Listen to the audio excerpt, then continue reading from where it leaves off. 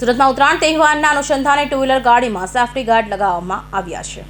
Varachha Vaishali point ખાતે DCP પન્ના મોમાયા અને PI VB Gohil સાહેબ અને ટ્રાફિક પોલીસ દ્વારા બાઇક ચાલકોને ચેતવણી આપી ઉત્તરાયણમાં પતંગ દોરીની ગળામાં ન આવે તે માટે બાઇકમાં સેફ્ટી ગાર્ડ લગાવવા અને બાઇક ચાલકોને ફરજિયાત હેલ્મેટ પહેરવું, હેલ્મેટ અને સિગ્નલનું પાલન ન કરાતા લોકોને ટ્રાફિક પોલીસ દ્વારા સૂચના આપવામાં આવી।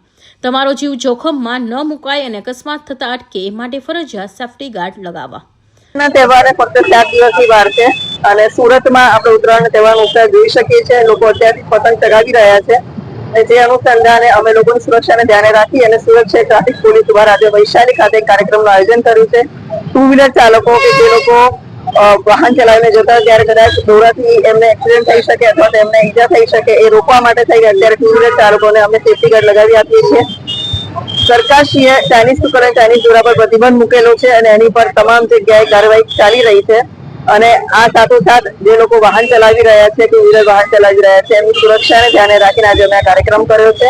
લોકોને સાથે સાથે અવેર પણ કરી રહ્યા છે ટ્રાફિકના નિયમોનું પાલન કરવા માટે।